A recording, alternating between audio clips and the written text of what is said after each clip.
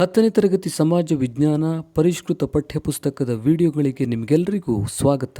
ಈ ವಿಡಿಯೋದಲ್ಲಿ ನಾವು ಅಧ್ಯಾಯ 4 ಕರ್ನಾಟಕದಲ್ಲಿ ಬ್ರಿಟಿಷ್ ಆಳ್ವಿಕೆಗೆ ಪ್ರತಿರೋಧಗಳು ಮತ್ತು ಮೈಸೂರಿನ ಒಡೆಯರು ಈ ಅಧ್ಯಾಯದ ಹೆಚ್ಚುವರಿ ಪ್ರಶ್ನೆಗಳು ಮತ್ತು ಅವುಗಳಿಗೆ ಸಂಬಂಧಿಸಿದ ವಿಡಿಯೋಗಳನ್ನು ನೋಡೋಣ. ನೀವು ಈಗಾಗಲೇ ಪಠ್ಯಪುಸ್ತಕದ ಅಭ್ಯಾಸ ಪ್ರಶ್ನೆಗಳು ಮತ್ತು ಅವುಗಳಿಗೆ ಸಂಬಂಧಿಸಿದ ವಿಡಿಯೋಗಳನ್ನು ವೀಕ್ಷಿಸಿದ್ದೀರಿ. ಆ ವಿಡಿಯೋಗಳನ್ನು ಮತ್ತೊಮ್ಮೆ ವೀಕ್ಷಿಸಲು ಡಿಸ್ಕ್ರಿಪ್ಷನ್ನಲ್ಲಿ ನೀಡಲಾದ ಲಿಂಕ್ನ ಮೇಲೆ ಕ್ಲಿಕ್ ಮಾಡಿ. ಮೊದಲನೇ ಪ್ರಶ್ನೆ, ಮೈಸೂರು ಒಡೆಯರ ವಂಶವು ಹೇಗೆ ಸ್ಥಾಪನೆಯಾಯಿತು? ಹದಿನಾಡು ಎಂಬ ಪಾಳೆಯ ಪಟ್ಟಿನಲ್ಲಿ ಚಾಮರಾಜ ಎಂಬುವನು ಆಳುತ್ತಿದ್ದನು.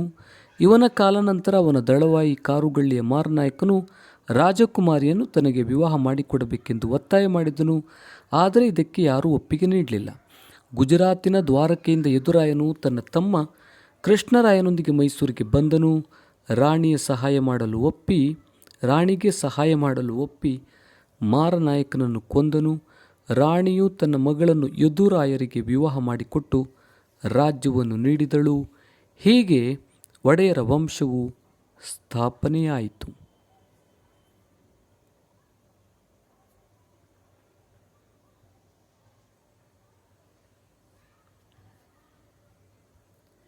ರಾಜ ಒಡೆಯರ್ ಅವರ ಸಾಧನೆಗಳು ಯಾವುವು? ಮೈಸೂರನ್ನು ಸಾಕಷ್ಟು ದೊಡ್ಡ ರಾಜ್ಯವನ್ನಾಗಿ ಮಾಡಿದ ಕೀರ್ತಿ ರಾಜ ಒಡೆಯರಿಗೆ ಸಲ್ಲುತ್ತದೆ. ರಾಜ ಒಡೆಯರವರು ಶ್ರೀರಂಗಪಟ್ಟಣವನ್ನು ವಶಪಡಿಸಿಕೊಂಡು ಅದನ್ನು ರಾಜಧಾನಿಯನ್ನಾಗಿ ಮಾಡಿದ್ರು. ಸುತ್ತಮುತ್ತಲಿನ ಅನೇಕ ಪ್ರದೇಶಗಳನ್ನು ವಶಪಡಿಸಿಕೊಂಡು ತಮ್ಮ ರಾಜ್ಯವನ್ನು ವಿಸ್ತರಿಸಿದರು. ಶ್ರೀರಂಗಪಟ್ಟಣ, ಮೈಸೂರು ಮೇಲುಕೋಟೆ, ದೇವಾಲಯಗಳ ಜೀರ್ಣೋದ್ಧಾರ ಮಾಡಿದ್ರು. ರಾಜಮುಡಿ ಎಂಬ ಕಿರೀಟವನ್ನು ಮೇಲುಕೋಟೆ ಚೆಲುವ ನಾರಾಯಣಸ್ವಾಮಿಗೆ ಅರ್ಪಿಸಿದರು. ಮೈಸೂರಿನಲ್ಲಿ ನವರಾತ್ರಿ ಉತ್ಸವ ಆರಂಭಿಸಿದರು.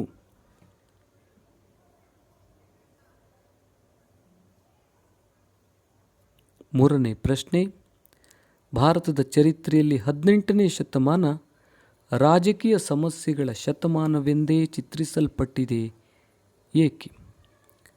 ಮೊಘಲ್ ಚಕ್ರವರ್ತಿ ಔರಂಗಜೇಬನ ಮರಣ. ಆತನ ಮರಣ ಮೊಘಲರ ರಾಜಕೀಯ ಸಾರ್ವಭೌಮತ್ವವನ್ನು ಕುಗ್ಗಿಸಿತು.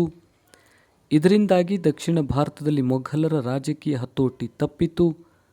ಕರ್ನಾಟಕ ಪ್ರದೇಶದಲ್ಲಿ ಅಧಿಕಾರಕ್ಕಾಗಿ ಕಿತ್ತಾಟಗಳು ಆರಂಭವಾದವು.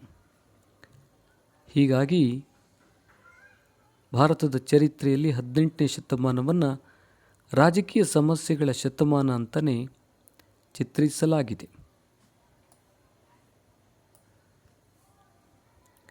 ಮೊದಲನೇ ಆಂಗ್ಲೋ ಮೈಸೂರು ಯುದ್ಧಕ್ಕೆ ಕಾರಣಗಳೇನು?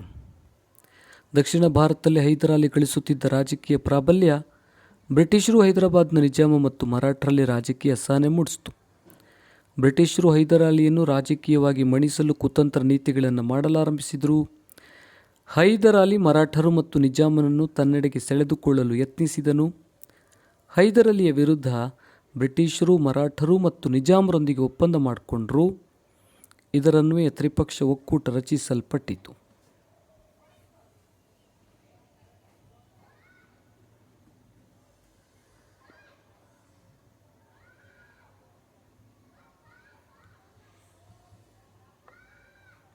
ಎರಡನೇ ಆಂಗ್ಲೋ ಮೈಸೂರು ಯುದ್ಧಕ್ಕೆ ಕಾರಣಗಳೇನು? ಮದ್ರಾಸು ಒಪ್ಪಂದ ದಕ್ಷಿಣ ಭಾರತದಲ್ಲಿ ತಾತ್ಕಾಲಿಕವಾಗಿ ರಾಜಕೀಯ ಬೆಳವಣಿಗೆಗಳನ್ನು ತಡೆ ಹಿಡಿದಿತ್ತು. ಬ್ರಿಟಿಷರು ಮದ್ರಾಸು ಒಪ್ಪಂದದ ಷರತ್ತುಗಳನ್ನು ಉಲ್ಲಂಘಿಸಲು ಯತ್ನಿಸಿದರು. ಮರಾಠರು ಮಾಧವರಾಯನ ನೇತೃತ್ವದಲ್ಲಿ ಸೈನ್ಯವನ್ನು ಮುನ್ನಡೆಸಿ ಶ್ರೀರಂಗಪಟ್ಟಣದ ಕಡೆಗೆ ನುಗ್ಗಿದಾಗ ಹೈದರ್ ಬ್ರಿಟಿಷರ ಸಹಾಯವನ್ನು ಅಪೇಕ್ಷಿಸಿದನು. ಆದರೆ ಬ್ರಿಟಿಷರು ಇದನ್ನು ತಿರಸ್ಕರಿಸಿ ಮದ್ರಾಸ್ ಒಪ್ಪಂದಕ್ಕೆ ವಿರುದ್ಧವಾಗಿ ನಡೆದುಕೊಂಡರು. ಮಾಹೆ ಫ್ರೆಂಚರ ವಸಾಹತಾಗಿದ್ದು ಹೈದರಾಲಿಯ ನಿಯಂತ್ರಣಕ್ಕೊಳಪಟ್ಟಿತ್ತು. ಬ್ರಿಟಿಷರು ಮಾಹೆಯನ್ನು ವಶಪಡಿಸಿಕೊಂಡಿದ್ದು ಎರಡನೇ ಮೈಸೂರು ಯುದ್ಧಕ್ಕೆ ಮುಖ್ಯ ಕಾರಣವಾಯಿತು. ಮೂರನೇ ಆಂಗ್ಲೋ ಮೈಸೂರು ಯುದ್ಧಕ್ಕೆ ಕಾರಣಗಳೇನು? ಈ ಯುದ್ಧಕ್ಕೆ ನೇರ ಕಾರಣ ಯಾವುದು ಅಂದರೆ ತಿರುವಾಂಕೂರು ರಾಜಕಾರಣಕ್ಕೆ ಸಂಬಂಧಿಸಿದ ಪ್ರಶ್ನೆ. ಆ ರಾಜ್ಯದ ರಾಜ ನೆರೆಯ ಕೊಚ್ಚಿ ಸಂಸ್ಥಾನದಲ್ಲಿ ಬ್ರಿಟಿಷರ ಬೆಂಬಲದಿಂದ ಕೋಟೆಯನ್ನು ನಿರ್ಮಿಸಿದನು.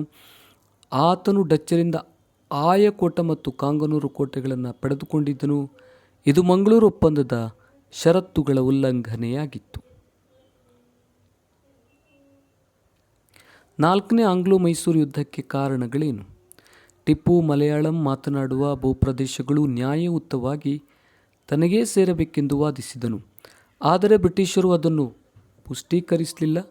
ವೆಲ್ಲೆಸ್ಲಿಯಲ್ಲಿ ಟಿಪ್ಪುವಿನ ವಿಚಾರದಲ್ಲಿ ಮತ್ತಷ್ಟು ದ್ವೇಷ ಭಾವನೆಗಳನ್ನು ಬೆಳೆಸಿದವು. ಟಿಪ್ಪು ಫ್ರೆಂಚರ ಸಹಕಾರ ಪಡೆಯಲು ಪ್ರಯತ್ನಿಸಿ ರಾಯಭಾರಿಗಳನ್ನು ಕಳುಹಿಸಿದ್ದನು. ಇದು ಬ್ರಿಟಿಷರಿಗೆ ಅಸಮಾಧಾನವನ್ನು ತಂದಿತ್ತು. ಟಿಪ್ಪು ಮತ್ತು ಫ್ರೆಂಚರ ನಡುವಿನ ಸ್ನೇಹ ಮುಂದಕ್ಕೆ ತಮ್ಮ ಆಧಿಪತ್ಯಕ್ಕೆ ಮುಳುವಾಗಬಹುದೆಂಬ ಭಾವನೆಗಳು ಬ್ರಿಟಿಷರಲ್ಲಿ ಬೆಳೆಯಿತು. ಸಹಾಯಕ ಸೈನ್ಯ ಪದ್ಧತಿಯನ್ನು ಟಿಪ್ಪುವಿನ ಮೇಲೆ ಹೇರಲಾಯಿತು. ಆದರೆ ಟಿಪ್ಪು ಇದನ್ನು ಒಪ್ಪಿಕೊಳ್ಳಲು ನಿರಾಕರಿಸಿದನು.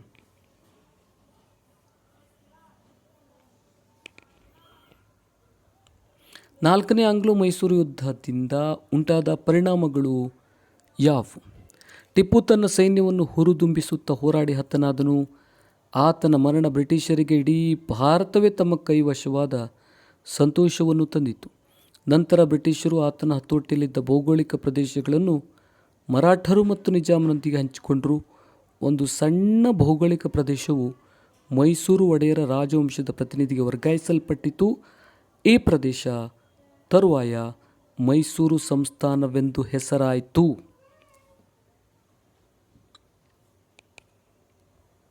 ದಿವಾನ್ ಸಿ ರಂಗಚಾರ್ಲು ಅವರ ಸಾಧನೆಗಳು ಯಾವುವು?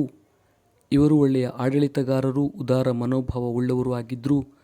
ಮೈಸೂರು ಪ್ರಜಾಪ್ರತಿನಿಧಿ ಸಭೆಯನ್ನು ಆರಂಭಿಸಿದರು. ಕೋಲಾರದ ಚಿನ್ನದ ಗಣಿಯನ್ನು ಆರಂಭಿಸಿದರು. ಬೆಂಗಳೂರು ಮೈಸೂರು ರೈಲು ಮಾರ್ಗವನ್ನು ಆರಂಭಿಸಿದರು.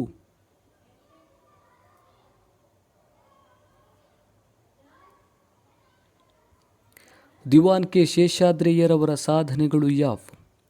ರಾಜ್ಯದ ವಿವಿಧ ಅಧಿಕಾರ ಸ್ಥಾನಗಳಲ್ಲಿ ಕೆಲಸ ಮಾಡಿದ ಇವರಿಗೆ ದೇಶದ ಸಮಸ್ತ ಸಮಸ್ಯೆಗಳ ಅರಿವು ಇದ್ದಿತು.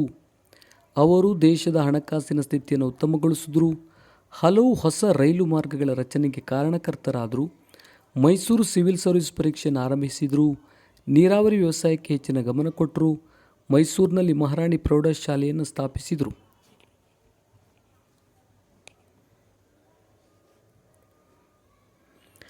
ಹತ್ತನೆಯ ಚಾಮರಾಜೇಂದ್ರ ಒಡೆಯರ್ ಅವರ ಸಾಧನೆಗಳು ಯಾವುವು? ಇವರ ಕಾಲದಲ್ಲಿ ಮೈಸೂರು ಪ್ರಜಾಪ್ರತಿನಿಧಿ ಸಭೆ ಆರಂಭ ಆಯಿತು.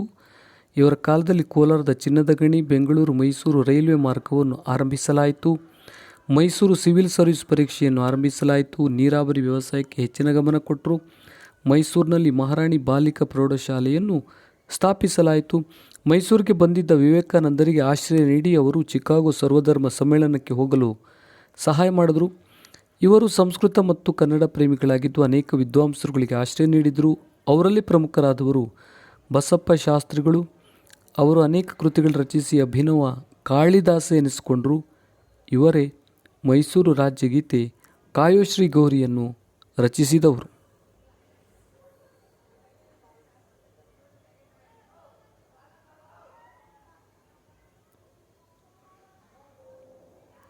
ಮೈಸೂರು ರಾಜ್ಯಗೀತೆ ಯಾವುದು? ಅದನ್ನು ರಚಿಸಿದವರು ಯಾರು? ಮೈಸೂರು ರಾಜ್ಯಗೀತೆ ಕಾಯೋ ಶ್ರೀ ಗೌರಿ. ಅದನ್ನು ರಚಿಸಿದವರು ಬಸಪ್ಪ ಶಾಸ್ತ್ರಿ.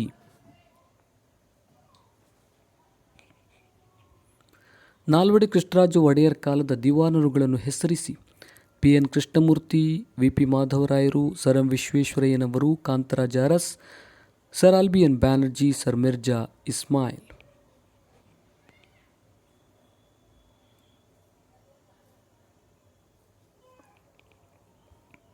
ನಾಲ್ವಡಿ ಕೃಷ್ಣರಾಜ ಒಡೆಯರ ಕಾಲದಲ್ಲಿ ಆರಂಭವಾದ ಕಾರ್ಖಾನೆಗಳನ್ನು ಹೆಸರಿಸಿ.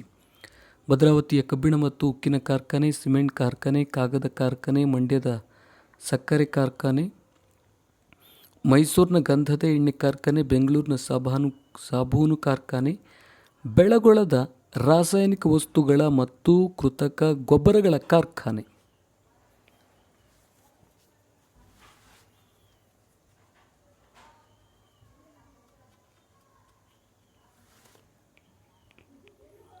ನಾಲ್ವಡಿ ಕೃಷ್ಣರಾಜ ಒಡೆಯರ್ ಕಾಲದ ವಿದ್ವಾಂಸರುಗಳನ್ನು ಹೆಸರಿಸಿ. ಶ್ಯಾಮಶಾಸ್ತ್ರಿ, ಎಂ ಹಿರಿಯಣ್ಣ, ವೀಣೆ ಶೇಷಣ್ಣ, ಸಾಂಭಯ್ಯ, ಬಿಡಾರಂ ಕೃಷ್ಣಪ್ಪ, ಮುತ್ತಯ್ಯ ಭಾಗವತರ್, ವಾಸುದೇವಾಚಾರ್ಯ, ಟಿ ಚೌಡಯ್ಯ.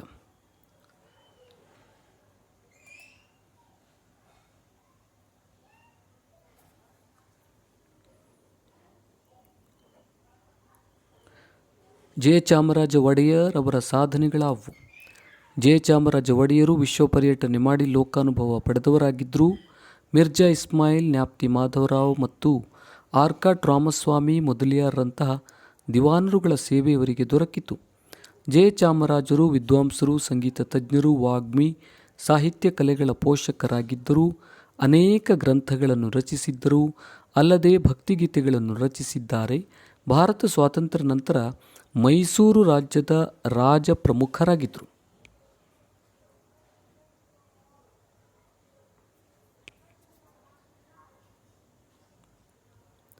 ಕಿತ್ತೂರು ರಾಣಿ ಚೆನ್ನಮ್ಮಳ ಸಾಧನೆಯನ್ನು ವಿವರಿಸಿ. ಮಲ್ಲಸರ್ಜನ ಮರಣ ನಂತರ ಚೆನ್ನಮ್ಮ ಆಡಳಿತ ವಹಿಸಿಕೊಂಡಳು. ಶಿವಲಿಂಗ ರುದ್ರಸರ್ಜನ ಮರಣ ನಂತರ ಶಿವಲಿಂಗಪ್ಪ ಎಂಬ ಹುಡುಗನನ್ನು ದತ್ತು ಪಡೆದು ಚೆನ್ನಮ್ಮ ಆಡಳಿತವನ್ನು ಆರಂಭಿಸಿದಳು. ತ್ಯಾಕ್ರೆ ದತ್ತು ಮಕ್ಕಳಿಗೆ ಹಕ್ಕನ್ನು ನೀಡುವುದನ್ನು ನಿರಾಕರಿಸಿ ಕಿತ್ತೂರಿನ ಆಡಳಿತವನ್ನು ವಶಪಡಿಸಿಕೊಳ್ಳಲು ಯತ್ನಿಸಿದನು. ಚೆನ್ನಮ್ಮ ಯುದ್ಧವನ್ನು ಅನಿವಾರ್ಯವೆಂದು ಬಗೆದಳು. ಬ್ರಿಟಿಷರು ತಮ್ಮ ಸೈನ್ಯವನ್ನು ಸಿದ್ಧ ಮಾಡಲು ಆರಂಭಿಸಿದರು. ಕಿತ್ತೂರಿನ ಸೈನ್ಯ ಬ್ರಿಟಿಷ್ ಸೈನ್ಯದ ಮೇಲೆ ದಾಳಿ ಮಾಡಿತು.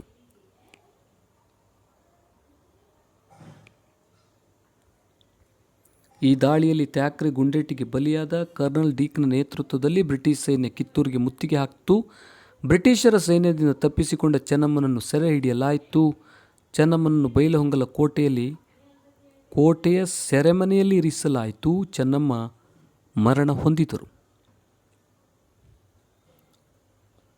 ಕೊಪ್ಪಳದ ವೀರಪ್ಪನ ಸಾಧನೆಗಳನ್ನು ವಿವರಿಸಿ.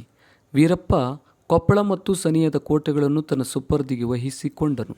ವೀರಪ್ಪನ ಜೊತೆ ರೈತರು ಮತ್ತು ಜಮೀನ್ದಾರರು ಕೈಜೋಡಿಸಿದರು. ಬ್ರಿಟಿಷರು ವೀರಪ್ಪನ ಬಂಡಾಯವನ್ನು ಸದೆ ಬಡಿಯಲು ಸೈನ್ಯವನ್ನು ನಿಯೋಜಿಸಿದರು. ಕಡಿಮೆ ಸೈನಿಕರ ಬೆಂಬಲವನ್ನು ಹೊಂದಿದ್ದ ವೀರಪ್ಪ ಸತತವಾಗಿ ಹೋರಾಟವನ್ನು ನಡೆಸಿ ಮರಣ ಹೊಂದಿದನು. ತರುವಾಯ ಬ್ರಿಟಿಷರು ಕೊಪ್ಪಳದ ಕೋಟೆಯನ್ನು ವಶಪಡಿಸಿಕೊಂಡರು. ವೀರಪ್ಪ ಒಬ್ಬ ಸಮರ್ಥ ಸಶಸ್ತ್ರ ಹೋರಾಟಗಾರನೇ ಆಗಿದ್ದಾನೆ. ಪ್ರಶ್ನೆ ಸಂಖ್ಯೆ 19. ಹಲಗಲಿಯ ಬೇಡರ ದಂಗೆಯನ್ನು ವಿವರಿಸಿ. ಬ್ರಿಟಿಷರು ಶಸ್ತ್ರಗಳ ಬಳಕೆಯನ್ನು ನಿರ್ಬಂಧಿಸಿ ಕಾನೂನೊಂದನ್ನು ಜಾರಿಗೆ ತಂದರು. ಇದನ್ನು ಹಲಗಲಿಗೂ ಸಹ ಅನ್ವಯಿಸಲಾಯಿತು. ಹಲಗಲಿಯ ಬೇಡರು ಬಂದೂಕುಗಳನ್ನು ಬ್ರಿಟಿಷರಿಗೆ ಒಪ್ಪಿಸಲು ಸಿದ್ಧರಿರಲಿಲ್ಲ. ಬೇಡರು ತಮ್ಮ ಹಕ್ಕನ್ನು ಉಳಿಸಿಕೊಳ್ಳುವ ಉದ್ದೇಶದಿಂದ ಬ್ರಿಟಿಷರ ವಿರುದ್ಧ ಸಿಡಿದೆದ್ದರು. ಮಂಟೂರು, ಬೋದಾನಿ, ಆಲಗುಂಡಿಯ ಬೇಡರು ಹಲಗಲಿಯ ಬೇಡರೊಂದಿಗೆ ಸೇರಿಕೊಂಡರು. ಇಂಗ್ಲಿಷರ ಸೇನೆ ಹಲಗಲಿ ಗ್ರಾಮವನ್ನು ತಲುಪಿತು. ಬಂಡಾಯವೆದ್ದ ಬೇಡರನ್ನು ಇಂಗ್ಲಿಷರು ಹತ್ತಿಕ್ಕಿದರು. ಬಂಡಾಯಗಾರರನ್ನು ಗಲ್ಲಿಗೇರಿಸುವುದರ ಮೂಲಕ ಈ ಬಂಡಾಯವು ಕೊನೆಗೊಂಡಿತು.